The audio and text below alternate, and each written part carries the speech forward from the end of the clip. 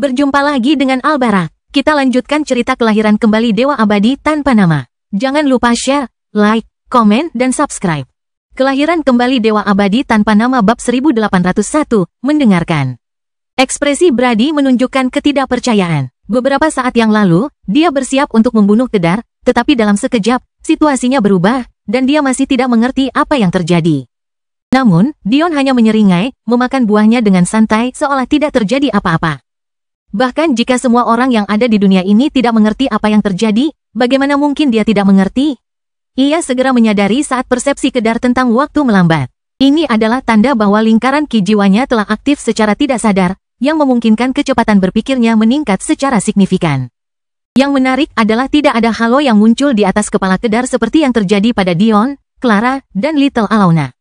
Setelah berpikir sejenak, Dion yakin bahwa hal ini disebabkan oleh fakta bahwa Kedar tidak memiliki aurora bawaan. Mungkin hanya mereka yang dapat membentuk susunan emas yang mewujudkan fenomena halo saat membanjiri otak mereka dengan ki jiwa. Mungkin aku harus mengganti namanya dari Soul Ki Halo kalau begitu, pikir Dion dalam hati. Nama itu tidak masuk akal jika hanya ada beberapa orang yang bisa membangkitkan halo itu. Setelah itu, Kedar meledakkan Brady tanpa menyentuhnya. Dion paling memahami fenomena ini, bahkan lebih dari lingkaran ki jiwanya. Lagi pula, dia hampir membunuh istri dan putrinya sendiri karena ini. Ketika seseorang dengan meridian khusus klan mortal menyatukan ki dan darahnya untuk pertama kalinya, hal itu sangat sulit dikendalikan. Kurangnya kendali itu menciptakan medan energi di sekitar tubuh yang menolak apapun di sekitar Anda dan berpotensi cukup berbahaya. Kedar dalam kegelisahannya secara tidak sengaja telah melewati penghalang ini. Tentu saja, ini masuk akal. Hingga saat ini, ia telah diajari kultivasi konvensional, yang berarti bahwa ia telah menghindari pencampuran darah dan ki-nya. Pendidikan ini telah menyebabkannya secara tidak sadar menempatkan penghalang di depan kekuatannya sendiri, sehingga membatasi dirinya sendiri. Akhirnya, penghalang itu telah disingkirkan. Kedar bahkan hampir tidak menyadari apa yang terjadi saat ia mulai menghujani serangan pada sosok Brady yang menyedihkan. Pasti perlu ada program pelatihan khusus bagi mereka yang lahir dengan meridian fana. Proses kebangkitan terlalu berbahaya, dan metode kultivasinya terlalu berbeda. Dion khawatir bahwa ia mungkin tidak mendapatkan hasil maksimal dari konstitusi istimewanya. Sangat mungkin bahwa dengan mengikuti jalur kultivasi konvensional, Dion, Clara, Alona, dan semua orang seperti mereka dapat menempatkan rantai kiasan pada potensi mereka. Saat ini, Dion mengolah tubuh dan ki-nya secara terpisah, sebelum menggabungkannya dalam pertempuran. Namun, bagaimana jika ia tidak ditakdirkan untuk mengolah dengan cara ini lagi? Bagaimana jika metode kultivasi yang optimal untuknya dan orang-orangnya adalah mengolah keduanya sekaligus? Dion sama sekali tidak tahu harus mulai dari mana untuk mengatasi masalah seperti ini. Dan, bahkan jika ia berhasil menyelesaikannya, dapatkah ia benar-benar menghapus kultivasinya? Lagi pula, kultivasi dengan metode baru setidaknya memerlukan sebanyak itu. Sambil menggelengkan kepala, Dion mendesah. Ia tahu ia tidak mampu melakukan hal seperti itu. Sebelumnya, Dion telah berencana untuk menjadi pemimpin, menggunakan pikirannya untuk membimbing aliansi mortal maju. Namun, keadaan telah berubah. Saat ini, Dion adalah petarung terkuat yang dimiliki Mortal Alliance-nya selain Granny Celeste, tentu saja, tidak termasuk Luna. Bahkan, diragukan bahwa Granny Celeste pun bisa menjadi lawannya saat ini setelah ia berhasil masuk ke Dao Realm. Tidak apa-apa jika ia tidak menguasai kekuatan ini. Tetapi sekarang setelah ia menguasainya, tidak pantas baginya untuk melepaskannya. Setelah merasakan betapa mendominasinya Fight, Dion tidak mampu mengambil langkah mundur. Tapi, itu tidak berarti dia tidak bisa membuka jalan bagi orang lain. Jika dia mengambil langkah selanjutnya yang benar, mungkin akan ada hari dalam hidupnya di mana gadis kecilnya bahkan lebih kuat dari dirinya sendiri. Berpikir sampai pada titik ini, Dion berdiri dari posisi duduknya dan berbalik untuk pergi. Tidak seorang pun dari kalian boleh pergi sebelum semua jenius sejatiku mati, atau sampai semua rakyat jelata dikalahkan. Ingatlah bahwa aku mengawasi, jadi patuhi aturan yang telah kutetapkan. Setelah membuat beberapa set senjata yang dapat dipilih oleh para jenius klan, Dion pergi, meninggalkan pemandangan Kedar yang menghajar Brady hingga babak belur. Peneliti Lei, saya sangat tertarik dengan hive mind Anda, saya ingin tahu apakah Anda bersedia mendengarkan usulan saya. Dion tersenyum ke arah seorang wanita pendek dengan wajah kekal. Dia tampak seperti kurcaci yang menarik. Saya ingin tahu apa yang ada dalam pikiran pemimpin Sacharo. Peneliti Lei menanggapi dengan hormat. Kau sedang berupaya menciptakan boneka pertempuran yang sempurna, benar? Penelitian Lei berkisar pada penciptaan pikiran kawanan atau kecerdasan buatan. Tujuan awalnya adalah menggunakan cabang khusus teori pembentukan untuk menciptakan mesin cerdas yang mampu belajar dan beradaptasi. Dion menganggap penelitiannya berbahaya, jadi dia mengalihkan jalannya. Awalnya, dia agak sedih dengan hal ini, tetapi dengan cepat menemukan bahwa ide-ide Dion sangat revolusioner dan tak tertandingi. Saat ini, dia tengah berupaya menggabungkan perpustakaan mortal dari jaringan mortal dengan pikiran kawanannya. Jika sudah selesai, dia akan dapat menempelkan pikiran kawanannya ke boneka pertempuran, yang pada dasarnya memungkinkan mereka bertarung dengan teknik yang tak terhitung jumlahnya dari Tower Quadrants. Jika ini berhasil, dia akan menciptakan boneka pertempuran terhebat yang pernah ada. Jadi, ketika Dion menanyakan hal ini, dia mengangguk dengan antusias. Namun, kata-kata Dion berikutnya entah bagaimana membuatnya semakin bersemangat. Saya punya ide yang akan membawa boneka pertempuran Anda ke tingkat yang belum pernah terjadi sebelumnya. Peneliti yang rendah hati ini bersedia mendengarkan. Lei menanggapi dengan mata berbinar. Meskipun, pemimpin Sacharo, jika Anda sendiri yang melakukan penelitian, saya yakin Anda akan lebih berhasil sendiri daripada kami. Dion tersenyum tipis. Saya menghargai kata-kata baik itu, tetapi saya tidak percaya diri bahwa saya tidak bisa salah. Seorang penguasa yang baik harus mempercayai orang-orang berbakat di sekitarnya, dan saya percaya pada bakat Anda. Lei tanpa sadar merasakan kebanggaan yang membuncah. Mungkin jika Dion bertanya padanya sekarang, dia akan dengan senang hati menerobos tembok bata untuknya. Kelahiran kembali Dewa Abadi tanpa nama bab 1802, Lei. Ide saya tidak akan terlalu menyimpang dari jalan Anda. Malah, saya yakin ide saya hanya akan semakin berkembang. Jadikanlah ide Anda lebih sempurna, jika Anda mau. Cincin spasial Dion menyala, memperlihatkan dua penjaga yang tingginya lebih dari 20 meter. Mereka berkilauan dengan batu giok bulan dan bintang, berkilauan dalam warna hitam, perak, dan emas saat melepaskan aura menindas dari ahli Dao tinggi. Ini tak lain adalah boneka yang pernah menjaga makam Elvin. Meskipun Dion sudah terlalu kuat untuk membutuhkannya lagi, dia tidak akan pernah melupakan berapa banyak situasi berbahaya yang telah dia lalui bersama kedua orang ini. Meskipun mereka tidak bernyawa, dia masih merasakan keterikatan sentimental dengan mereka. Mata Lei berbinar. Boneka perang yang luar biasa. Apakah kamu melihat apa yang istimewa pada mereka? Lei ini telah menghabiskan beberapa tahun terakhir meneliti boneka pertempuran dari semua jenis. Saya harus berterima kasih kepada pemimpin Sacharo karena telah menunjukkan kepada saya bagian-bagian dari Dao Alkimia susunan. Saya dibesarkan dengan keyakinan bahwa alkimia dan teori pembentukan harus selalu dipisahkan. Saya tidak percaya bahwa keduanya memiliki efek yang begitu mendalam ketika digabungkan menjadi satu. Berkat pemimpin Sacharo, penglihatanku menjadi jauh lebih baik dalam hal-hal seperti itu. Boneka-boneka ini termasuk dalam kelompok langka yang mampu mengumpulkan energi dari atmosfer dan mengolah diri mereka sendiri. Tampaknya mereka juga telah menyatu dengan Moon dan Star Jade, membuat proses pengumpulan energi ini ratusan kali lebih cepat dari biasanya. Hanya dalam beberapa bulan lagi, mereka akan menembus alam Dao puncak dan terus menanjak sebelum akhirnya mencapai puncak alam Dao. Boneka yang luar biasa, bahkan tanpa kendali seorang ahli, kekuatan mereka seharusnya hanya turun satu tingkat. Itu luar biasa, peneliti Lei mendongak ke arah Dion. Apakah pemimpin Sacharo ingin aku membuat lebih banyak boneka seperti ini? Sejujurnya, potensi proyekku saat ini bahkan lebih dari ini. Meskipun para penjaga ini dapat menampilkan kecakapan alam formasi Dao puncak, itu hanya setara dengan ahli tingkat 3. Jika semuanya berjalan dengan baik, boneka pertempuranku akan dapat menandingi ahli tingkat 2 dalam kondisi terburuk, dan ahli tertib dalam kondisi terbaik. Dion menggelengkan kepalanya. Saya hanya mengeluarkan boneka-boneka ini sebagai bukti konsep, katakanlah. Yang saya inginkan dari research Lei adalah menciptakan kembali boneka-boneka yang mampu berkultivasi. Peneliti Lei berkedip bingung, tidak tahu apa maksud Dion. Peneliti Lei, menurutmu, apa bagian tersulit dari kultivasi? Pemahaman? Setelah berpikir sebentar, Lei menjawab dengan ini. Meskipun mengumpulkan ki dan tekun berkultivasi itu sulit, tidak ada yang lebih sulit daripada pemahaman. Ada alasan mengapa pemahaman kehendak, niat, dan Dao memberikan dorongan besar pada kecakapan individu seseorang. Lalu apa yang menurut Anda paling menghambat hal tersebut? Kerutan di dahi peneliti Lei semakin dalam. Seringkali, meskipun pemahaman Anda tinggi, mustahil untuk mempertahankan pemahaman ini tanpa tubuh yang lebih kuat, jadi seseorang harus berkultivasi.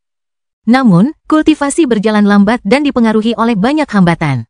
Ada yang bakat meridiannya buruk, ada yang tidak punya lingkungan kaya ki untuk berlatih, ada yang tidak punya teknik kultivasi yang cocok untuk diri mereka sendiri. Masalahnya tidak ada habisnya. Senyum Dion semakin dalam. Sekarang, apa yang akan Anda katakan jika seseorang mampu menghilangkan banyak kelemahan itu untuk Anda? Bahkan jika mereka tidak dapat meningkatkan bakat Anda yang buruk.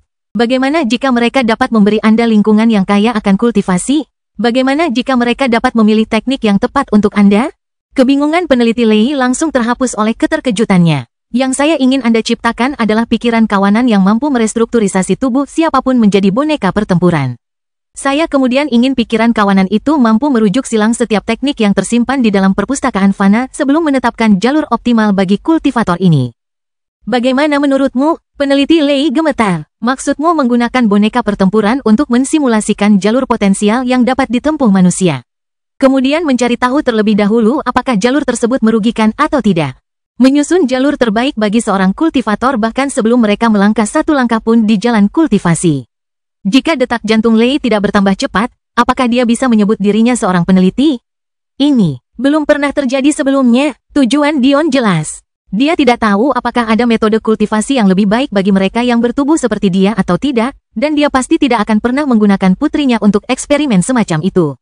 Saat itulah ia menyadari sesuatu. Di dunia fana ini, bukankah mereka membiarkan komputer menangani sesuatu yang terlalu berbahaya bagi manusia?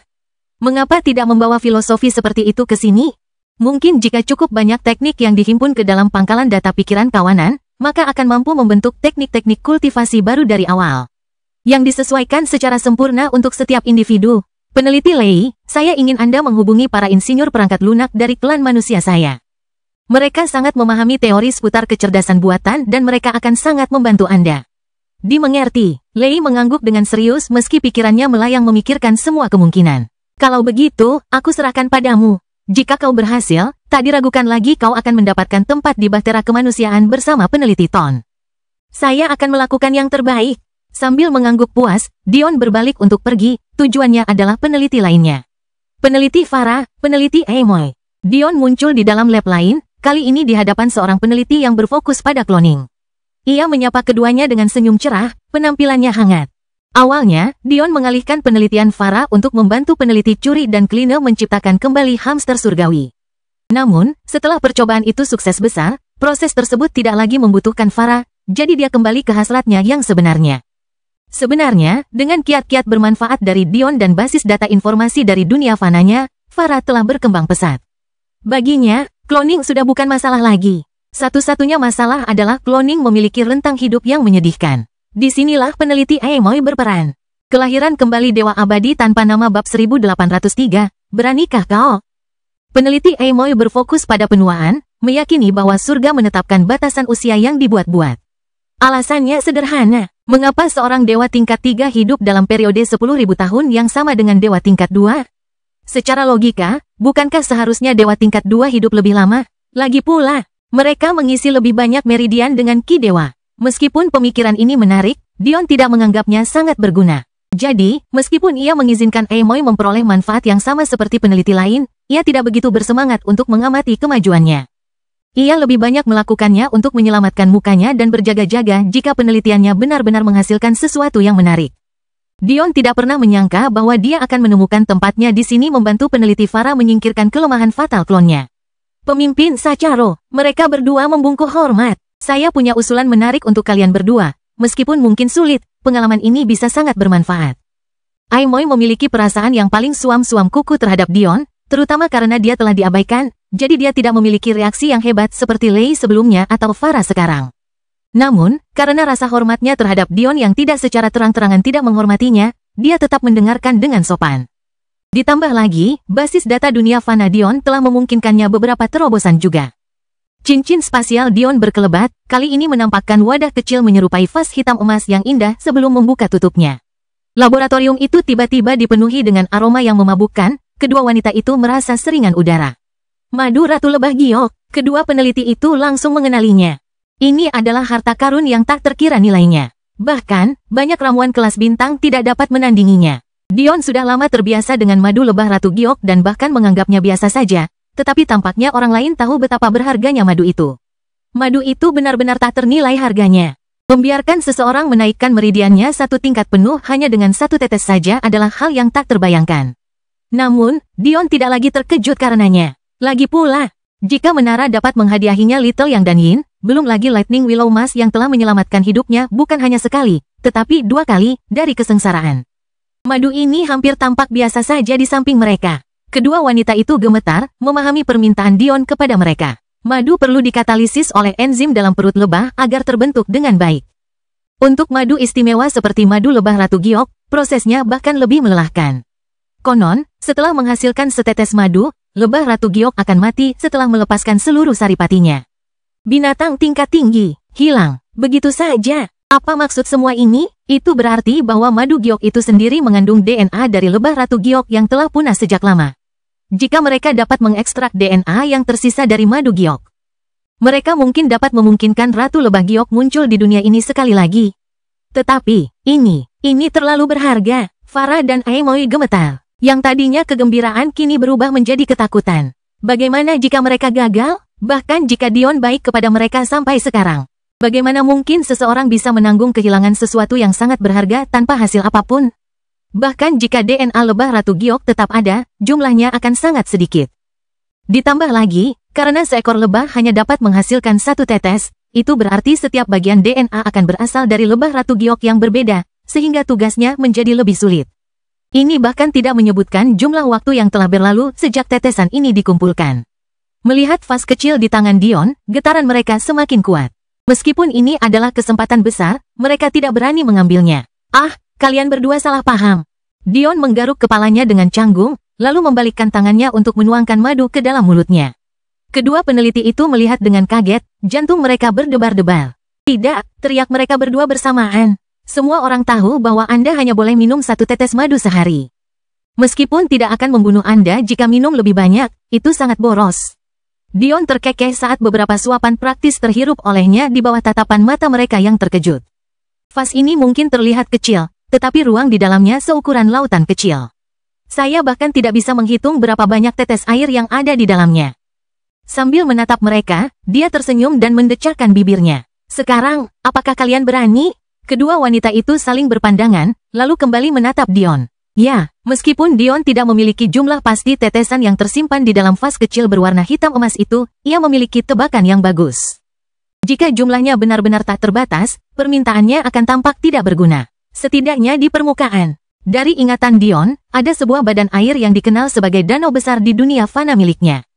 Meskipun sudah lama mengering karena tindakan keji Matriarch Nifeus, pada masa jayanya, meskipun namanya megah, danau-danau itu dapat terisi dengan total 20 miliar tetes air.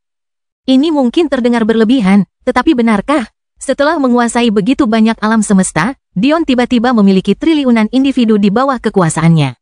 Bahkan jika ia hanya memberi setiap orang setetes saja, bahkan 1% dari populasi tidak akan bisa mendapatkan manfaatnya. Berdasarkan perkiraan Dion, ruang dalam vas kecil itu kira-kira 2 hingga 3 kali lipat ukuran danau besar, tetapi itu pun hanya sekitar 50 miliar tetes madu lebah Ratu Giok. Bagaimana itu bisa cukup? Bagi klan elit, ini sudah lebih dari cukup. Di mata mereka, 50 miliar drop akan bertahan untuk klan mereka selama beberapa generasi karena mereka menyembunyikan dan menyimpan keuntungan untuk diri mereka sendiri dan elit mereka. Namun, Dion tidak berniat melakukan hal seperti itu. Ia harus menaklukkan dunia fana secepat mungkin dan hanya ada 2 cara untuk melakukannya. Ia harus menjadi sangat kuat, atau kekaisarannya yang akan menang. Pilihan yang lebih mudah sudah jelas. Meskipun pilihan pertama mungkin tidak akan pernah tercapai, pilihan kedua relatif lebih mudah karena fakta sederhana bahwa Dion yakin dapat meningkatkan standar rakyatnya. Kelahiran kembali Dewa Abadi tanpa nama bab 1804, lembab. Proyek Hifmine baru langkah pertama. Langkah kedua adalah madu Ratu Giok ini. Dan yang ketiga bergantung pada Eli dan Asosiasi Alkimia Arai. Dalam waktu 100 tahun, sebelum medan perang kuno terjadi, Dion ingin meningkatkan standar rakyatnya ke tingkat yang tak terbayangkan. Pada saat yang sama, dia mengirim klon 20% ke dunia konstitusinya dan menempatkannya di jalur penakluk sekali lagi. Meskipun hanya klon 20%, karena kelebihan Dion dalam dunia konstitusinya, dia sebenarnya lebih kuat daripada Dion saat berada dalam kekuatan penuh di sini. Selain itu, berkat Luna, Dion tidak perlu bergantung pada koneksinya sendiri dengan medan perang kuno, yang berarti dia tidak dibatasi oleh tubuh sutra emasnya. Biasanya, karena Dion baru saja memasuki tahap ini, ia hanya akan dapat masuk dengan persentase kekuatan yang sama dengan persentase penyelesaian tahapnya saat ini. Karena Dion baru menyempurnakan 1% dari tubuh sutra emasnya, proyeksinya hanya akan memiliki 1% dari kekuatannya. Namun, portal Luna melewatinya, sehingga Dion dapat berbuat curang. Mengingat seberapa sering surga mencoba menghancurkan hidupnya, ia dengan senang hati memanfaatkan kesempatan itu. Menghidupkan kembali Ratu Lebah Giok bukanlah satu-satunya tugasmu. Dion berbicara lagi setelah kegembiraan kedua wanita itu mereda. Apa yang ada dalam pikiran pemimpin Sacharo? Tanya Farah. Anda mungkin tidak tahu ini, tapi Ratu Lebah Giok hanyalah salah satu aspek dari ras kuno ini. Dion menatap vas itu sambil melanjutkan. Selain itu, menciptakan madu ini bukanlah satu-satunya kemampuan Lebah Ratu Giok. Kedua peneliti itu memperhatikan dengan penuh minat. Ratu Lebah Giok, Lebah Prajurit Giok, Lebah Pekerja Giok, itulah 3 sebutan untuk ras ini. Yang kalian berdua kenal, si Ratu Lebah Giok memiliki kemampuan yang paling dikenal. Namun, madu ini tidak diproduksi sampai akhir hidupnya. Lebah Giok hidup selama beberapa bulan, dan di akhir beberapa bulan itu, mereka menghasilkan karya terbaik mereka. Namun, selama hidupnya, seekor lebah Ratu Giok mengeluarkan aroma unik yang mampu mengendalikan semua makhluk jenis serangga. Dia sangat kuat dalam ilusi dan banyak penguasa bintang di masa lalu telah mati karena kehebatannya. Kemampuan keduanya terkait dengan yang pertama, tetapi dialah satu-satunya yang mampu mengendalikan Jade Warrior Beast. Dia juga merupakan inti dari beberapa formasi yang tidak konvensional. Lebah Pekerja Giok memiliki efek yang sama ajaibnya. Kemampuan penyerbukannya dapat memicu kemampuan evolusi tanaman yang tersembunyi dan membantu mereka meningkatkan kualitasnya. Jika ditempatkan di bawah kendali Monet, lebah itu akan memangkas pekerjaan Eli setidaknya 80%. Lagi pula, dia masih belum sepenuhnya mengenal kemampuannya sebagai anak surga. Terakhir, ada lebah prajurit Giok. Mereka bertempur seperti prajurit yang dikorbankan, hanya memiliki satu sengat pada nama mereka. Karena umur lebah Giok yang pendek, mereka hanya bisa melakukan hal ini jika ingin melindungi diri mereka sendiri. Tetap saja, lebah prajurit Giok elit dapat membunuh ahli formasi Dao tinggi dengan satu sengatan. Ahli formasi Dao puncak akan mati setelah 10 sengatan. Sedangkan untuk lebah prajurit Giok biasa, mereka praktis tak terkalahkan di alam surgawi. Dion tersenyum. Apakah kau mengerti mengapa aku menceritakan semua ini? Meskipun Ratu Lebah Giok pasti memiliki jumlah untaian DNA terbanyak yang dapat ditemukan. Mustahil DNA Lebah Giok lainnya tidak memengaruhi jumlah untaian DNA sebanyak itu. Sekalipun Anda tidak dapat menemukan DNA Lebah Prajurit Giok, mengingat Lebah Pekerja Giok melakukan sebagian besar pekerjaan kasar, saya hampir 100% yakin bahwa Anda akan menemukan jejaknya. Bisakah aku mempercayai kalian berdua? Kami akan melakukan yang terbaik, pemimpin Sacharo. Sambil mengangguk, Dion meninggalkan vas itu bersama mereka. Mungkin hanya dia yang bisa dengan santai menginvestasikan 50 miliar tetes madu lebah Ratu Giok tanpa berkedip. Tangan Clara membelai rambut Dion. Meskipun helaian rambutnya hampir tidak bisa dihancurkan, helaian rambutnya sangat lembut. Clara menikmatinya. Perasaan saat kepala Dion begitu dekat dengan kepalanya sehingga mereka hampir menyatu. Perasaan lembah dan puncak punggungnya yang lebar dan kuat, perasaan kehangatannya. Sudah terlalu lama. Dion datang untuk menggodanya saat dia bekerja di kantor Istana Jiwa, mencoba menyelesaikan beberapa masalah yang berhubungan dengan asosiasi. Tetapi entah bagaimana pertengkaran mereka berubah menjadi sesi bermesraan yang sudah berlangsung beberapa jam. Memulai hal seperti itu saat keduanya adalah kultivator yang tidak perlu bernapas dalam waktu lama jelas merupakan hal yang berbahaya. Namun, seolah-olah dia sedang menggodanya, dan meskipun tangannya dengan bebas menjelajahi bentuk tubuhnya yang sempurna, Dion tidak melepaskan satupun pakaiannya. Jika bukan karena tombak yang mengancam akan merobek kain pakaian dalamnya, dia hampir takut bahwa dia tidak menarik lagi. Dia duduk di tepi mejanya, kedua pahanya mencengkeram erat pinggul Dion seolah-olah mengundangnya masuk, tetapi kurangnya tindakan Dion membuatnya merasa frustrasi. Mungkin masuk akal jika dia sedang kekurangan waktu, tetapi dia sudah menciumnya selama hampir 3 jam. Apakah orang yang kekurangan waktu akan melakukan hal seperti itu? Bokongnya yang montok bergerak maju, menghantam batang yang menonjol di bawah pinggang Dion. Namun, sebelum dia bisa melakukan apapun, dia tersipu malu. Meskipun dia mencoba menyembunyikannya, bagaimana mungkin itu bisa luput dari indera Dion? Suara meja dan bagian bawah gaunnya saat dia meluncur ke depan terdengar sangat lembab. Kau tidak mendengar apa-apa. Clara menggigit bibir bawah Dion dengan sangat keras hingga ia hampir mengeluarkan darah jika saja tubuh Dion tidak memasuki alam Dao. Sambil menatap mata merahnya, Dion berkedip polos. Aku tidak mengerti apa maksudmu. Tepat ketika Clara mengira Dion akan bersikap bijaksana untuk pertama kalinya, dia malah tersenyum licik. Ngomong-ngomong, Lady Sacharo, apakah Anda tidak sengaja menumpahkan air? Tidak, mungkin itu jus eksotis. Meja Anda, harus saya katakan, baunya sangat harum. Kelahiran kembali Dewa Abadi tanpa nama bab 1805, bakat. Tinju kecil Clara menghantam dadanya sebelum dengan cepat menyembunyikan ekspresi malunya di tulang selangka Dion. Dia dengan cepat merasa posisinya cukup santai, terutama karena aroma kayu manis dan pinus milik Dion. Karena dia adalah makhluk surgawi, banyak kotoran manusia telah lama dibersihkan dari tubuh Clara. Tubuhnya tidak mampu menghasilkan bau busuk bahkan jika dia mencobanya. Jadi, dia hanya bisa mengakui bahwa Dion benar. Baunya benar-benar terlalu harum. Ini salahmu, gumamnya. Sekarang aku harus mengganti gaunku. Bukankah seharusnya kau menjadi penguasa 131 alam semesta? Apa kau punya waktu untuk menggoda istrimu seperti ini?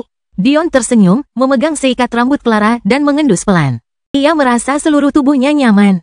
Tubuh roh mencapai tingkat kesempurnaan yang tidak dapat dicapai kebanyakan manusia, jadi tentu saja Clara memiliki efek seperti itu dengan tubuh roh angin dan apinya.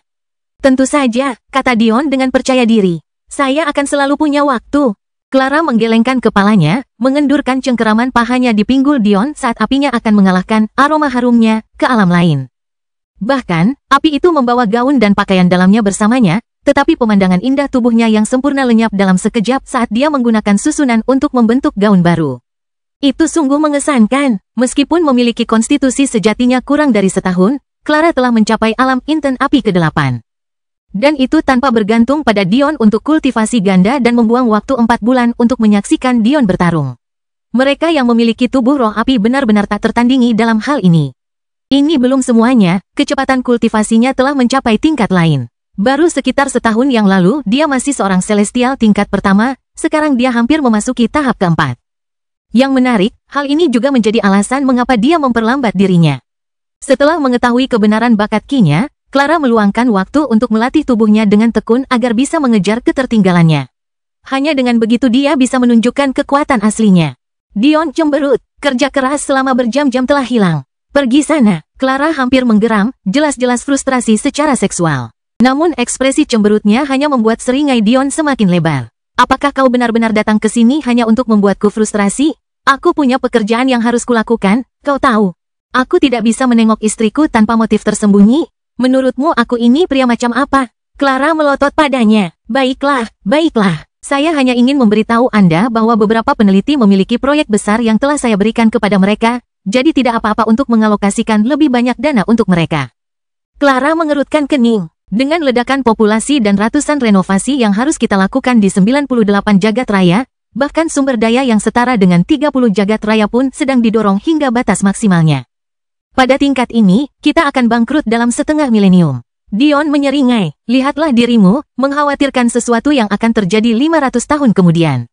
Ditambah lagi, dengan 98 alam semesta, akan ada 98 alam semesta lagi yang memiliki sumber daya yang setara dengan 98 alam semesta. Itu tidak akan menjadi masalah dengan peta peneliti Ton. Berapa lagi? Clara memutar matanya, tidak menjawab secara langsung. 3 kali lipat anggaran mereka. Garis-garis hitam mulai terbentuk di dahi Clara, tetapi pada akhirnya, dia mendesah. Ayo bercinta denganku, dasar mesum. Aku tidak akan bekerja sampai aku puas. Entah bagaimana, Dion merasa cukup menyukai bahasa vulgar Clara. Pakaiannya lenyap dalam sekejap mata saat ia berdiri tegap. Seorang pria yang siap untuk melaksanakan tugas seriusnya. Ibu terlihat sangat cantik hari ini. Dion tersenyum lebar. Ia sudah terbiasa memanggil Kawa, Ibu Ri, dengan sebutan ibu juga. Karena Kawa bersikeras, ia pun boleh saja melakukannya. Mengingat betapa tegangnya hubungan dengan mertuanya yang lain, ada baiknya setidaknya ada satu di sisinya. Ibu Amporae telah meninggal dan ayahnya adalah musuh bebuyutannya. Orang tua Clara meninggal sebagian besar karena dia. Ayah Ri memiliki hubungan yang tegang dengan Dion karena berbagai alasan yang rumit. Lagi pula, bagaimana mungkin seorang pria yang menyebut dirinya raja merasa nyaman di dekat pemuda yang menyelamatkan kerajaannya setelah dia tidak kompeten? Terakhir, tidak perlu disebutkan orang tua Madeline. Baik orang tua asuh maupun biologis, Dion pernah berselisih dengan keempat orang tuanya. Orang tua asuh mencoba membunuhnya, sedangkan orang tua kandung entah kemana, menghilang setelah Dion memarahi mereka. Pada akhirnya, hanya Kawa yang memberikan kehangatan nyata kepada Dion. Setelah menjadi Celestial Fox sejati, Kawa menjadi sangat cantik. Meskipun sebelumnya dia sudah cantik, kecantikannya telah meningkat pesat. Rambut dan matanya yang biru telah berubah menjadi putih keperakan. Tubuhnya memancarkan lebih banyak vitalitas. Dan, yang lebih penting, dia bisa kembali ke wujud manusianya sekali lagi. Dengan kecepatan kultivasi makhluk surgawi, dan fakta bahwa Kawa tidak harus menghadapi kesengsaraan apapun, dia seharusnya sudah mencapai alam surgawi. Namun, karena dia mempraktikkan teknik dunia dalam, tempat suci milik Dion untuk menjadi salah satu wakil komandan jenderal iblisnya, dia saat ini masih berada di alam formasi Meridian. Untungnya, Karena pil bela diri Dion, dan fakta bahwa dia mengikuti nasihatnya untuk melatih jiwanya sebelum mengaktifkan bagian teknik ini. Hanya butuh waktu paling lama 1 tahun sebelum kultivasinya terbuka. Ada alasan lain mengapa hal itu bisa terjadi begitu cepat. Baru-baru ini, Dion meminta bantuan Luna untuk memberinya sebagian dari bakat klan mortalnya. Karena kultivasi tubuh dan kultivasi ki-nya sekarang terhubung. Kawa dapat mempercepat pemecahan segel dengan melatih tubuhnya. Ah, bukankah dia menantu kesayanganku? Kawa tersenyum licik, dia benar-benar terlihat seperti rubah yang cantik. Saat ini, mereka berada di tanah milik klan Elfin. Kastil ini ditinggali oleh orang tua Ri, dan Ri sendiri akan tinggal di sini setiap kali ia harus menyelesaikan pekerjaan. Dion pura-pura sakit hati. Kamu punya lebih dari 1 menantu? Ini sangat menyedihkan. Kawa menghampiri Dion sambil mencubit telinganya. Jika kau terus mengabaikan putri kecilku seperti ini, aku mungkin harus mencari yang lain. Dion membungkuk dengan hikmat. Ya, ibu, aku janji. Kelahiran kembali Dewa Abadi tanpa nama bab 1806, masa percobaan. HMPH, Kawa mengangguk puas meski Dion tersenyum getir dalam hati. Kapan dia pernah mengabaikan Ri? Lebih tepatnya, Ri telah berusaha keras untuk membangkitkan kembali klan Elfin sehingga dia mengambil langkah mundur dan berperan sebagai suami yang mendukung. Pada akhirnya, bukankah dia melihatnya setiap hari? Ayah, memang sulit sekali kalau kau peduli dengan pendapat mertuamu. Mungkin dia juga harus menjauhkan diri dari Kawa, pikirnya bercanda. Kenyataannya, Kawa hanya sedikit frustrasi dengan suaminya sendiri dan memproyeksikan masalah mereka ke Ri dan Dion meskipun mereka tidak ada. Tidak mengherankan jika Raja Acachia, atau lebih tepatnya, Patriark Acachia, merasa sedikit tidak mampu. Sebenarnya, gelar itu pun tidak tepat. Ia telah menyerahkan gelarnya kepada adik laki-lakinya, jadi saat ini, Paman Acachia adalah Patriark klan Acachia saat ini. Sementara itu, ayah mertua Dion telah berlatih seperti orang gila. Menurut Ri, ia telah menghentikan kultivasinya lebih dari 7 kali, mencari jalan baru untuk dirinya sendiri. Pada akhirnya, ia menghentikan kultivasinya untuk ke-8 kalinya dan memasuki menara epistemik, berharap untuk memperoleh wawasan melalui ujian True 4. Bagaimana ia bisa mengandalkan putri dan menantunya sendiri untuk berkembang? Ia merasa bahwa itu akan menjadi pukulan bagi kejantanannya. Jelaslah, selama ini dia telah mengabaikan istrinya. Jangan khawatir, Ibu, Edrim akan menemukan jalannya sendiri. Beri dia waktu. Kawa terdiam mendengar kata-kata itu sebelum tersenyum tipis. Ia benar-benar puas dengan menantunya ini. Meski tahu ia bersikap tidak adil, ia tidak mengeluh dan malah membantu menenangkan pikirannya. Mom, ayo, Alex kecil akan senang melihatmu. Sambil melingkarkan lengannya di pinggang Dion, dia menariknya ke depan, mengobrol dengannya meskipun tahu bahwa dengan indranya, Dion sudah tahu persis di mana Ri berada. Namun, mengingat betapa kesepiannya ibu mertuanya, Dion tidak ingin mengecewakannya, jadi dia sengaja berjalan lebih lambat, merasakan sedikit kehangatan saat senyum Kawa semakin dalam. Di kedalaman menara epistemik, seorang pria tinggi berambut biru berdiri di dunia yang dipenuhi kabut hitam. Meskipun di luar, tidak ada apapun kecuali dirinya sendiri, dia masih gemetar dan berkeringat deras. Tidak, aku tidak bermaksud begitu. Gumamnya, aku hanya ingin menyelamatkan istriku. Apa kau tidak ingin menyelamatkan istrimu juga? Aku tidak meninggalkan kerajaanku, aku tidak meninggalkan putriku, aku tidak meninggalkannya, aku tidak meninggalkannya. Ocehan lelaki berambut biru itu tidak didengar siapapun kecuali dirinya sendiri. Dion dan Kawa berjalan menuju halaman yang luas untuk menemukan gambar pohon kuno yang besar. Pohon itu menjulang di seluruh wilayah Elfin. Bahkan, pohon itu begitu besar sehingga dapat dilihat dari wilayah luar angkasa planet jiwa. Pohon itu tidak lain adalah proyeksi pohon dunia yang dibawa Ri ke dunia ini dengan kemampuannya sebagai Ratu Elfin. Saat ini, Hundred duduk bermeditasi di bawah sinarnya, sementara Ri sendiri duduk di cabang proyeksi yang kokoh sambil bermeditasi. Dia begitu fokus sehingga dia bahkan tidak menyadari kedatangan Dion, yang sepenuhnya fokus pada tugasnya. Ah, sakit sekali, istriku sendiri bahkan tidak menyadari kehadiranku. Meskipun Dion tidak merendahkan suaranya, tidak ada seorang pun kecuali Kawa yang mendengarnya. Namun, para elf yang tidak sefokus Ri tidak dapat menahan diri untuk tidak melihat ke arahnya. Ketika mereka mengenalinya, mata mereka dipenuhi dengan rasa hormat. Para elf tidak berpartisipasi dalam pertempuran dalam kapasitas apapun. Mereka adalah salah satu pasukan tempur terkuat yang dimiliki Dion saat itu, tetapi mustahil bagi mereka untuk berkontribusi. Saat ini, tubuh mereka masih mengalami perubahan di bawah pengaruh pohon dunia, jadi mereka tidak dapat mengeluarkan kekuatan mereka yang sebenarnya. Pada akhirnya, Dion memutuskan untuk membiarkan mereka tetap di sana, sambil berpikir bahwa ia akan segera menyerang 99 alam semesta.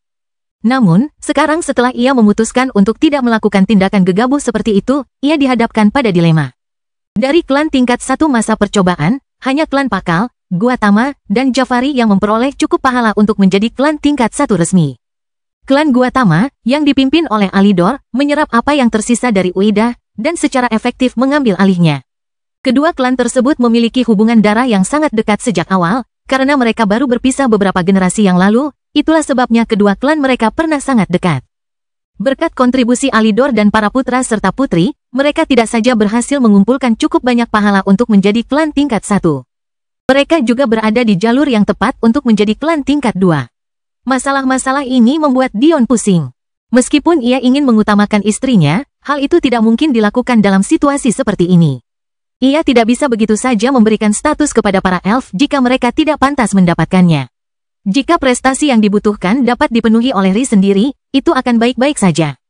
Namun, dengan cara Dion dan Clara membangun sistem, sebuah klan harus memenuhi target prestasi total serta memenuhi target jumlah kontributor yang ditetapkan. Artinya, satu orang tidak dapat membawa klan ke status hebat. Semua ini mengakibatkan situasi di mana para peri kemungkinan besar akan kehilangan status percobaan mereka sebagai klan tingkat 1. Jika ini terjadi, Dion akan dipaksa untuk mencabut sebagian besar wilayah mereka.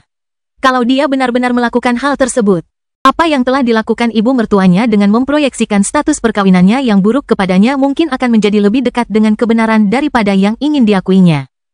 Untungnya, Federasi memberi Dion jalan keluar yang hebat dari ini. Jika pohon dunia memiliki pengaruh sebesar yang seharusnya, maka itu berarti Dion dapat mengizinkan para elf mengumpulkan pahala dengan menaklukkan alam semesta melalui sistem federasi. Dengan begitu, masalahnya akan terpecahkan. Dion tidak keberatan mengirim klon untuk menangani masalah ini.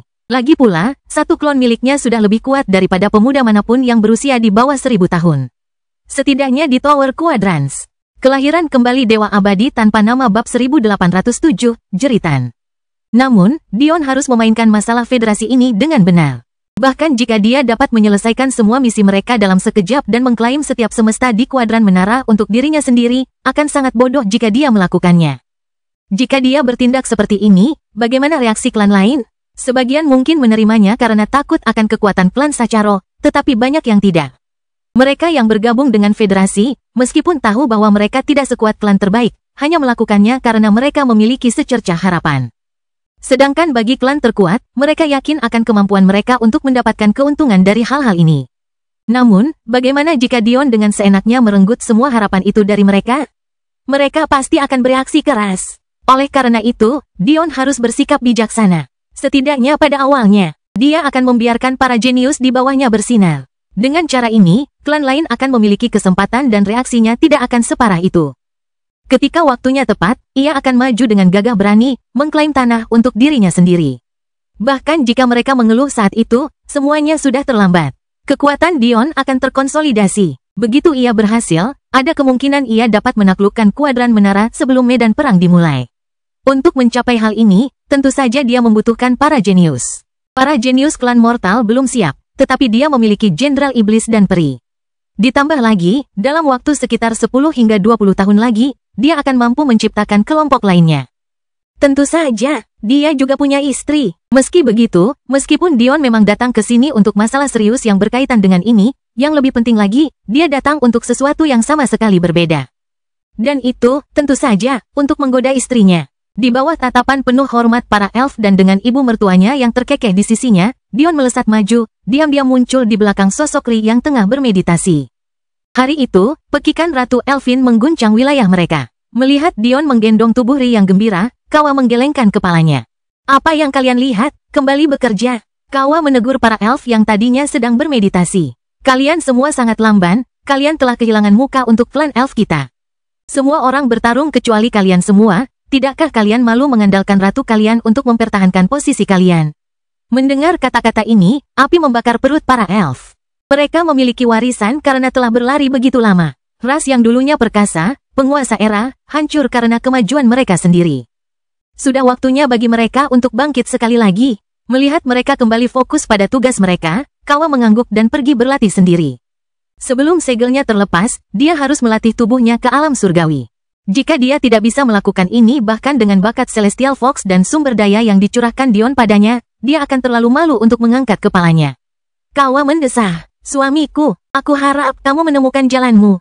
Lihatlah dirimu." Mata Dion dengan rakus menyapu tubuh Ri. Berhentilah menatapku seperti itu. Ekor Ri tiba-tiba muncul dan mencambuk dahi Dion. Ah! Dion mengusap kepalanya. Sepertinya istrinya semakin bersemangat. Dia benar-benar merasakannya saat itu. Biasanya, dia berpura-pura untuk membuat istrinya merasa lebih baik. HMPH, kau menggangguku saat aku sedang dalam tahap penting dan membuatku kehilangan muka di depan mereka semua. Lupakan saja pikiran mesum apapun yang ada di kepala tebalmu itu. Ri cemberut, sosok mungilnya berputar untuk mengalihkan pandangan dari suaminya. Dion tak kuasa menahan senyum. Karena Ri sudah semakin dewasa, ia hampir lupa bahwa Ri adalah gadis yang dulu berpakaian lebih seperti pria daripada wanita. Sikapnya sama berapi-apinya dengan Clara jika Anda menyinggungnya.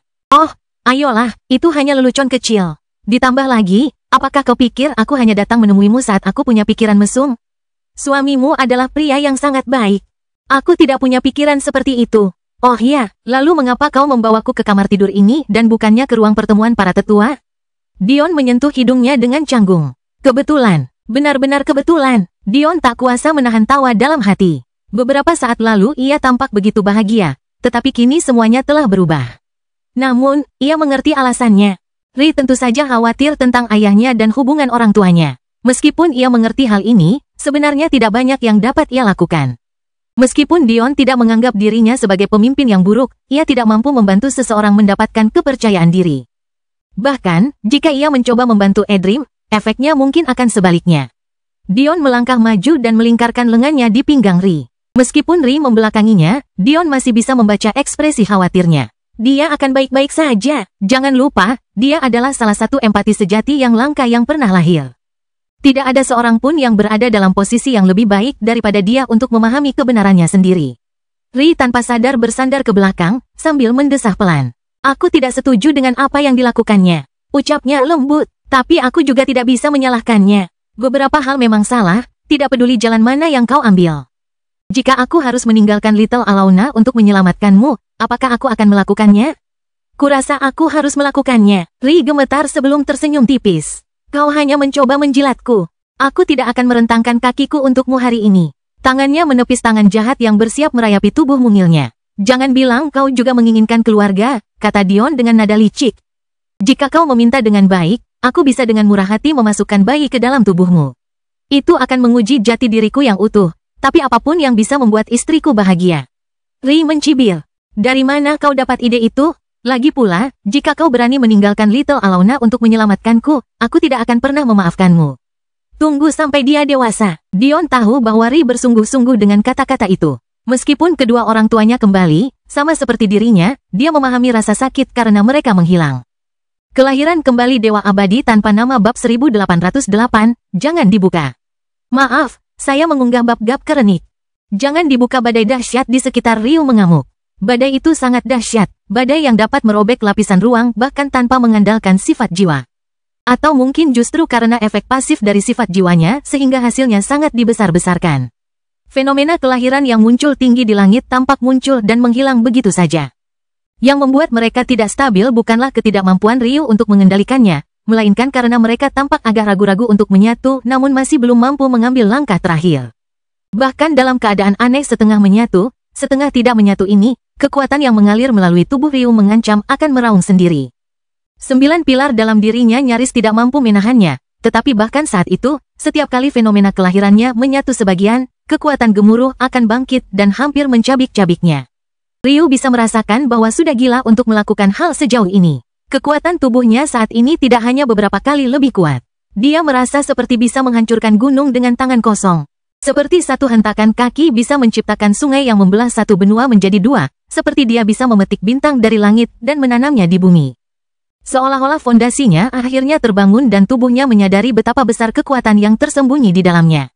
Semua bloodlines bersinergi menjadi satu dan hasilnya akan terlalu besar untuk dibayangkan jika hanya jumlah totalnya. Tetapi kenyataannya adalah bahwa setiap kali mereka dengan ragu-ragu menyatu sedikit saja, mereka akan meletus dengan kekuatan yang melampaui diri mereka sendiri. Ryu menyadari setelah beberapa saat bahwa yang membatasinya bukanlah kata-kata yang dipilihnya, juga bukan struktur tulangnya. Tidak, yang membatasinya adalah kekuatan tubuhnya yang sebenarnya. Garis keturunannya masih memiliki aura mempertahankan diri, jika mereka benar-benar menyatu, dia akan terkoyak dari dalam keluar. Ketika Ryu awalnya lahir, surga hanya mengizinkan keberadaannya karena garis keturunannya utuh tetapi terpisah. Tidak hanya terpisah, tetapi juga melemahkan aspek tertentu satu sama lain, tidak mengizinkan entitas tunggal tertentu untuk menunjukkan kekuatan penuh mereka.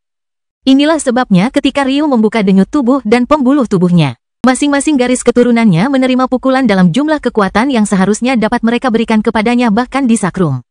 Tetapi kini, ia mencoba menghindari pembatas tersebut, dan dengan berbuat demikian, ia memperoleh kekuatan yang jauh di luar kemampuannya. Meski begitu, Ryu menyeringai dan rantai yang mengikat garis darahnya mulai terlepas. Saat mereka menunjukkan sedikit saja firasat akan melakukan itu, dia batuk seteguk darah, salah satu bahunya meledak menjadi hujan darah seakan-akan ada bom yang meledak di dalam dirinya. Ryu terbatuk dan senyumnya masih menyeringai. Ia mengonfirmasi sesuatu dan tampaknya ia benar. Kekuatan yang ia alami sekarang, hanyalah sebagian kecil dari apa yang sesungguhnya dapat ia akses. Tiba-tiba dia menghantamkan kedua tangannya dan fenomena kelahirannya mulai menghilang satu persatu hingga yang tersisa hanyalah naga merah yang mengom. Dalam beberapa saat terakhir, fenomena kelahirannya sebagian besar hanya ilusi, kekuatan sejatinya tidak dapat bersinar dengan baik. Namun sekarang, dengan hanya satu yang tersisa, fenomena itu begitu kuat sehingga hampir tampak seolah-olah Ryu telah memanggil naga api sejati.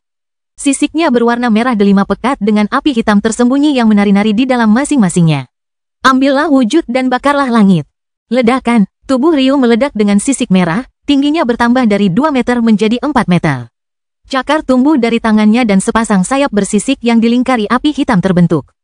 Api amarahnya kembali saat dia melangkah maju, mencakar udara. Membakar dapat berarti banyak hal. Kata ini dapat merujuk pada api itu sendiri, yang menyala di bawah kekuatan yang memicunya. Kata ini dapat merujuk pada siklus kematian untuk kembali ke kehidupan, seperti halnya hutan yang tumbuh kembali lebih hidup setelah kehancuran. Atau, kata ini dapat merujuk pada keinginan internal yang tidak pernah padam, yang bahkan dapat diwariskan dari generasi ke generasi atau mengubah batas waktu menjadi abu dan bergema melalui semua lapisan realitas. Ryu melepaskan bakat cakar naganya, membelah langit menjadi 6 dan membuat lubang-lubang yang mengancam di luar angkasa. Ambillah wujud dan kuasai langit. Tubuhnya bergetar, naga api yang nyata di langit berubah menjadi kilin petir yang menjulang tinggi, memancarkan cahaya biru tua. Langit bergemuruh dengan guntur dan lengkungan biru turun. Bakat badai Ryu terbentuk saat setiap serangan membelah ruang, meninggalkan kawah besar di tanah yang menyebabkan benua itu hancur. Perintah dapat berarti banyak hal.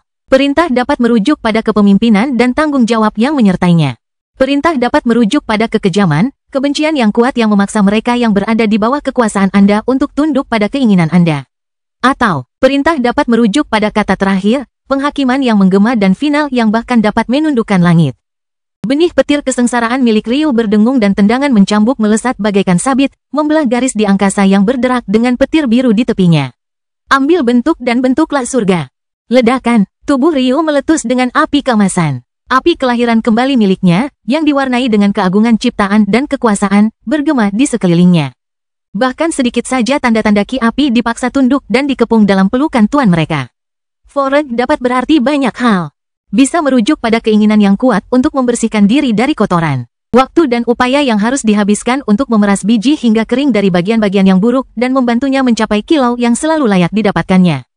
Bisa mewakili keinginan besi, yang ditempa melalui tahun-tahun kesulitan yang tak terhitung jumlahnya dan keinginan jahat dari surga dan takdir. Atau, bisa merujuk pada perubahan yang kuat.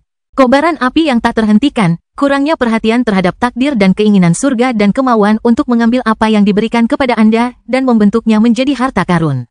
Untuk menciptakan sesuatu dari ketiadaan. Suara burung phoenix keluar dari bibir Ryu. Sebuah siklon awan emas muncul di atas awan petir kilin yang bergemuruh dan berkobar dengan api yang tampaknya memberkati dunia di sekitarnya. Pola surgawi yang tak terhitung jumlahnya muncul. Masing-masing muncul secara alamiah, seolah-olah Ryu bahkan tidak perlu berpikir atau mempertimbangkan sebelum pola-pola itu terwujud, seolah-olah pola-pola itu datang kepadanya sealami mungkin. Pola berputar-putar dari Dark Phoenix. Pola tepi tajam dari Ice Phoenix. Pola bulu halus dari Fire and Emperor Phoenix. Mereka berputar dalam masa ciptaan mendalam yang bergema di langit. Kekuatan itu memabukkan, dan untuk pertama kalinya dalam hidupnya, Ryu merasa bahwa ia benar-benar dapat merasakan kekuatan Bloodlines-nya. Ini adalah kekuatan yang telah ia miliki sejak lahir, kekuatan yang telah direnggut darinya, disembunyikan darinya, kekuatan yang telah ia gali sendiri dan kekuatan yang akan terus ia berdayakan. Itulah indahnya keseimbangan yang telah dicapainya. Surga telah menganugerahkan ini padanya dan itu tidak sekejam yang pernah dipikirkannya. Dia adalah seorang anak laki-laki yang naif, marah dengan dunia, dan menuntut agar dunia lebih banyak berutang padanya. tetapi dunia tidak melakukannya. Yang dunia berutang padanya hanyalah kesempatan. Ia dianugerahi kekuatan di satu sisi, dan ia memperoleh kekuatan di sisi yang lain. Ia menciptakan kekuatan ini dan dianugerahi kekuatan ini. Inilah keindahan surga, inilah kebebasan dari apa artinya hidup. Itulah sebabnya ia berusaha keras untuk mencapai puncak dari semua hal. Untuk menguji keberaniannya melawan mereka yang berani menciptakan kekuatan seperti yang telah dilakukannya. Dan masih banyak lagi yang bisa diperoleh, banyak lagi yang bisa diambil. Ryu mengepalkan kedua tangannya dan detak jantungnya bergema ke sekelilingnya. Ia merasa senang, lebih baik daripada yang pernah ia rasakan sepanjang hidupnya, seolah-olah dunia itu sendiri ada di telapak tangannya dan ia bisa lepas kecuali ia mengizinkannya. Namun, ia tahu bahwa masih banyak lagi yang telah ia peroleh dari putaran kedua ini. Manfaat-manfaat ini adalah manfaat yang telah ia peroleh dengan tangannya sendiri, manfaat yang telah ia tempa dengan harta yang telah ada di dalam tubuhnya. Namun, masih ada harta eksternal yang belum ia manfaatkan, hanya dengan cara itu siklus ini akan lengkap. Pikirannya melayang pada roh pelindung berlian dan wawasan yang telah diberikan padanya. Ini akan menjadi manfaat baru yang diperolehnya dari surga, dan suatu hari nanti ia akan menciptakan lebih banyak kekuatan darinya juga. Namun saat ini, sudah saatnya ia tahu apa yang menyebabkan ia berdarah. Kelahiran kembali Dewa Abadi tanpa nama bab 1809, liburan. Itu mengingatkanku, mata Dion menyipit, ada klan Kitsune tertentu yang perlu diberi pelajaran. Kilatan amarah melintas di tatapannya. Dia masih ingat hari ketika dia mengetahui apa yang terjadi pada Ri saat dia tidak ada. Meskipun dia telah mengubah 3 orang jenius mereka menjadi boneka yang berguna dan telah membunuh salah satu leluhur mereka, dia tidak merasa puas. Sampai dia menyingkirkan semua yang bertanggung jawab, dia tidak akan merasa nyaman. Patriark surga, Patriark Jikan, mereka terlibat. Meski Ri gembira mendengar kata-kata itu, ia menarik kembali kegembiraannya. Tapi, kuadran api emas, bukankah kau sudah menyiapkan rencana yang diperlukan untuk itu? Ya, tetapi federasi akan membuat rencana itu menyimpang entah aku suka atau tidak. Jika aku menyerang mereka sekarang saat mereka berada di bawah perlindungan federasi, itu akan merepotkan. Namun, Kitsune tidak berpartisipasi dalam parlemen pertama, jadi aku bisa bebas berurusan dengan mereka. Mendengar itu, Ri mengangguk. Setidaknya Dion tidak bertindak gegabah hanya karena dia. Tapi aku punya sesuatu yang harus kulakukan terlebih dahulu, kata Dion dengan tenang. Apa itu? Tentu saja menggoda istriku tanpa batas. Aku sedang berlibur. Ri hampir tidak dapat bereaksi sebelum Dion kembali merengkuhnya ke dalam pelukannya. Tubuh Dion terbujur kaku di atas ranjang empuk, matanya menatap langit-langit yang dihias dengan indah. Namun, ia berbohong jika mengatakan bahwa ia dapat memperhatikan desain dan arsitektur rumit dari dinding lengkung di atasnya.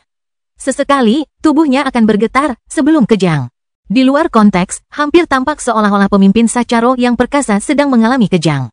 Suara tawa kecil terdengar di antara kedua kakinya, menyebabkan gigi Dion terkatup rapat. Istri-istrinya selalu mengolok-oloknya karena kebiasaannya menggerakkan kaki, tetapi bahkan dengan kendalinya atas tubuhnya, dia tidak dapat menghentikannya. Pada saat itu, selimut yang menutupi kakinya hingga tubuhnya bergeser seperti gundukan kecil yang menjulang. Dalam kegelapan yang samar, orang bisa melihat 2 mata biru keperakan yang indah, berkedip polos. Baru setelah selimutnya jatuh seluruhnya, pemandangan yang bisa membuat darah pria atau wanita manapun berdesir bisa terlihat. Ri berbaring tengkurap di antara kedua kaki Dion, cekikikan tak terkendali melihat postur aneh suaminya. Lengan dan kakinya terentang seperti bintang laut, otot-ototnya berkontraksi hingga batas maksimal. Tampaknya dia berusaha sekuat tenaga untuk mengendalikan diri. Namun, Ri bersenang-senang, tangannya yang mungil melingkari batang tubuh suaminya, mematuknya dengan lembut sambil mencium-cium di sela-sela tawanya. Tubuhnya begitu mungil dibandingkan dengan tubuh Dion sehingga salah satu tangannya hanya mampu menjangkau 3/4 tubuhnya. Belum lagi bayangan panjang yang dihasilkannya di sepanjang wajahnya yang tanpa celah. Seolah itu belum cukup untuk membuat Dion gila, ekornya menyelimuti tempat tidur, membelai tubuhnya dengan lembut. Rasanya seolah-olah dia sedang mengambang di atas awan. Seiring berlalunya waktu, panas yang keluar dari tubuh bagian bawahnya semakin meningkat. Pandangan Dion beralih dari perasaan itu, menatap ke arah ekspresi menggoda istrinya, tetapi pemandangan itu membuat darah mengalir deras ke hidungnya. Sesekali, ekor istrinya akan bergeser sedikit untuk memperlihatkan dasar daging yang lembut dan montok. Karena kakinya melambai ke depan dan ke belakang dengan manis, riak-riak kecil akan membuatnya bergelombang, menyebabkan penis Dion membesar. Lidah kecil Ri menjulur ke depan seperti ular berbisa, mengetuk pelan ujung tongkat Dion yang berbentuk jamur, tidak terlihat terburu-buru melakukan hal lainnya. Asalkan kau mengaku kalau kau cabul, aku akan membiarkanmu melakukan apapun yang kau mau. Rubah kecil ini, gerutu Dion dalam hatinya. Saya adalah seorang pria berkarakter baik. Dion berkata sambil menggertakkan giginya. Ia berharap bisa meniduri Ri dan melakukan apa yang ia mau. Tetapi apa yang seharusnya menjadi tugas mudah tiba-tiba berubah menjadi sesi penyiksaan ini. Ia tidak mungkin menyalahgunakan kekuasaannya untuk memaksa istrinya, bukan? Pada akhirnya, ia terlalu berhati lembut. Aduh, mereka tidak melihatku sebagai pemimpin rumah tangga ini, mereka melihatku tidak lebih dari sekadar mainan yang bisa digunakan dan disalahgunakan.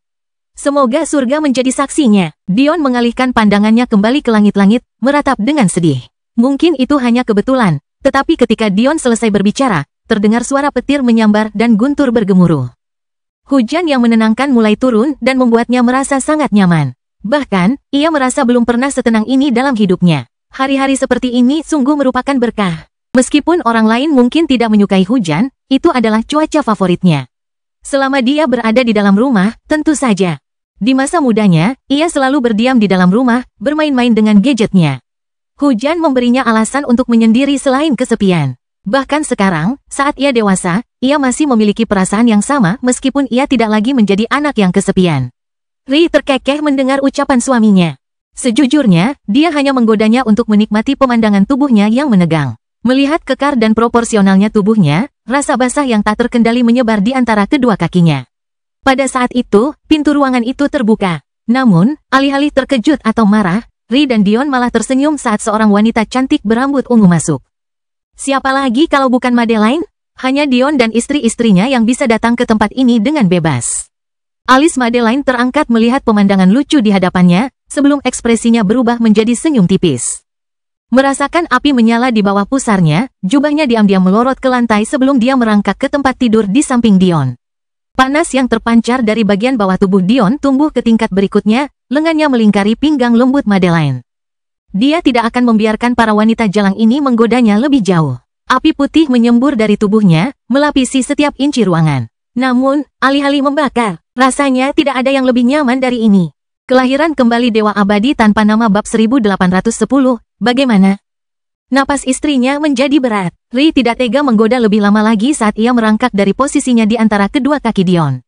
Erangan samar keluar dari bibir merah mudanya yang lembut saat ia menyelipkan batang penisnya yang panas di antara lipatan merah muda bawahnya yang basah. Tubuh mungil Ri bergetar sebelum ia sempat mencapai setengah jalan. Namun, ia tidak punya waktu untuk beristirahat karena Dion menggunakan lengannya yang bebas untuk mencengkeram pinggangnya, menusuknya sepenuhnya. Seorang wanita cantik berambut perak di atasnya, berbagi kemaluannya. Seorang wanita cantik berambut ungu di sebelah kirinya, berbagi bibirnya. Dia hanya bisa mengatakan bahwa liburan ini benar-benar nyaman. Di bawah istana jiwa, ada pemandangan yang tak pernah terbayangkan oleh suasana damai di atas sana. Puluhan ribu jenius muda tergeletak babak belur dan berlumuran darah, tak mampu bertahan dengan kekuatan mereka sendiri. Dalam keadaan seperti ini, tampaknya para jenius klan manusia telah menang. Setidaknya, itulah satu-satunya penjelasan yang tersisa. Jadi mengapa satu-satunya yang berdiri, yang tampaknya tidak terpengaruh?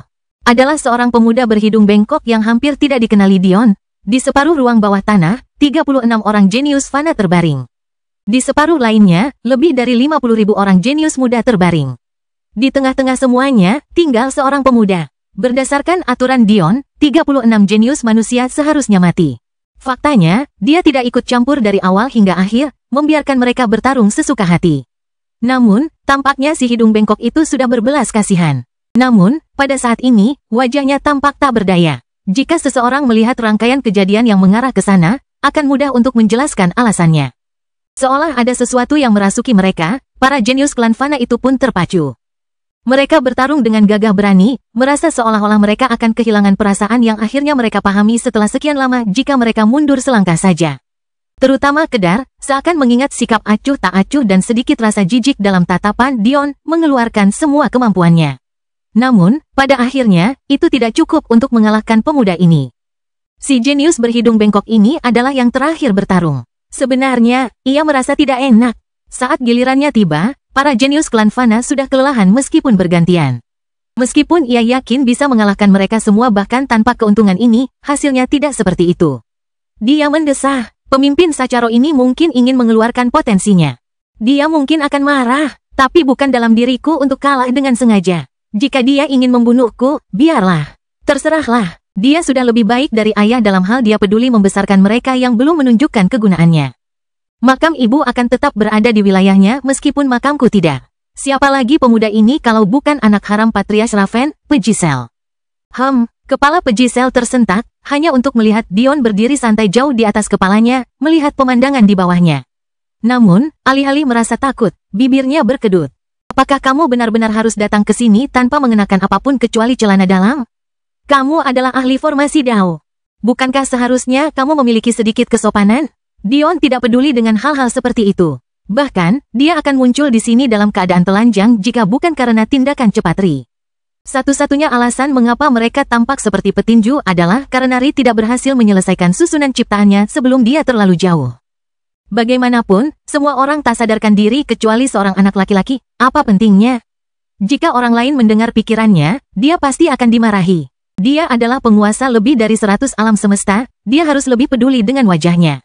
Namun, bagi Dion, 1 alam semesta, 100 alam semesta, tidak ada alam semesta, dia tetap dirinya sendiri.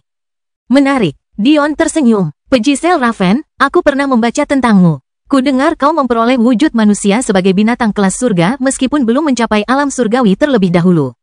Sungguh hasil yang menarik. Dion turun, mendarat di hadapan Pejisel. Dia tidak peduli dengan para jenius fana yang terluka di belakangnya, dia juga tidak peduli bahwa mereka kalah. Sebenarnya, ini sudah lebih dari yang dia kira akan mereka lakukan. Bagaimanapun, mereka semua adalah orang suci sementara lawan mereka semuanya adalah makhluk surgawi. Pejisel berkedip, ya, pemimpin ini entah punya terlalu banyak waktu luang, atau punya ingatan yang luar biasa, mengingat sesuatu setelah melihatnya sekali saja. Pejisel menduga itu pasti yang terakhir. Atau, tatapan Pejisel menunjukkan ekspresi aneh saat ia melihat ke arah celana dalam Dion sekali lagi. Mungkin ia memang punya terlalu banyak waktu luang. Mengingat kembali para wanita yang memeluk Dion, Pejisel menelan ludah. Jika Anda terlalu memikirkan perbedaan antara diri Anda dan orang lain, itu benar-benar dapat membuat Anda melupakan hidup sepenuhnya. Dia tidak dapat menemukan alasan untuk meremehkan Dion lebih lama lagi, dia hanya merasakan kekaguman dan kecemburuan di dalam hatinya. Pejisel tidak pernah diizinkan meninggalkan inti jagat klan Raven. Ia terlalu berbakat, jadi ayahnya selalu mengawasinya, menekannya sehingga ia tidak dapat bangkit. Pejisel yakin bahwa suatu hari ia mencoba melewati penghalang Dao, ia akan dibantai. Selain itu, menurut hukum klan Raven, dia juga tidak diperbolehkan menikah atau bersetubuh. Mereka tidak ingin garis keturunan mereka menular ke orang lain, jadi dia tidak pernah merasakan sentuhan wanita seumur hidupnya. Memikirkan hal ini, dia tidak bisa menahan perasaan tertekan. Apakah dia benar-benar akan mati sebagai perawan? Ini sungguh sangat disayangkan. Lakukan saja dengan cepat dan tanpa rasa sakit, gumam Pejisel, tidak mau menatap mata Dion lebih lama lagi. Dion mengangkat sebelah alisnya, sambil melirik ke sekeliling ruang bawah tanah yang luas itu sekali lagi. Tentu saja, dia telah melihat semua yang terjadi dari awal hingga akhir, jadi dia tahu seluk-beluknya. Dia juga merasa bahwa meskipun para jenius fana itu tidak lelah, mereka bukanlah tandingan Pejisel. Sungguh luar biasa, Dion terkekeh sendiri, agak terlalu sinis sih. Mungkin aneh mengingat dia lebih tua dariku, tapi, bagaimana, Pejisel, maukah kau menjadi muridku? Cerita bersambung, jangan lupa share, like, komen, dan subscribe, agar tidak ketinggalan cerita selanjutnya.